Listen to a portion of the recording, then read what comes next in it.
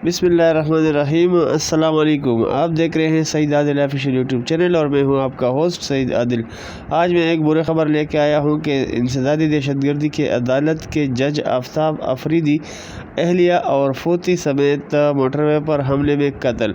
पाकिस्तान के सूबा खैबर पख्तूनख्वा के ज़िला अस्वात में इंसदादी दहशतगर्दी की अदालत के जज आफ्ताब अफरीदी को उनकी अहलिया और ख़ानदान के 2 अफराद समेत नामालूम अफराद ने गोलियां मारकर कत्ल कर दिया है। ये वाक़या इतवार की शाम 6 से 7 बजे के दरमियान मोटरवे पर ज़िला सवाबी के हदूद में पेश आया है।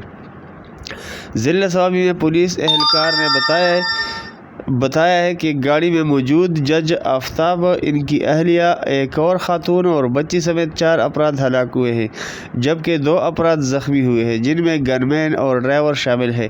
इनका कहना था कि जज आफ्ताब अपने अहल खाना समेत स्वात से आ रहे थे।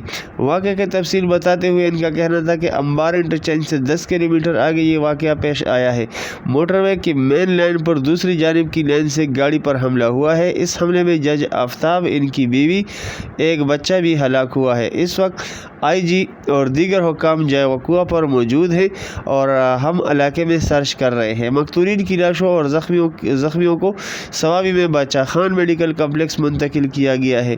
जज आफ्ताब अफरीदी के बारे में का ताल्लुक़ खैबर पख्तूनख्वा में ज़िम्म हो जाने वाले कबायली इलाका ज़िला खैबर में बरकम बरखेल से था।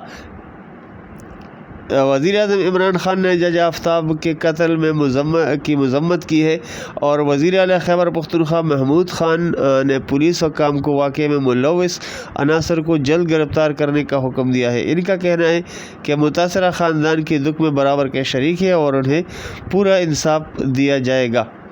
अगली वीडियो तक अपने होस्ट सईद आदिल को दी इजाज़त। अल्लाह हाफिज़।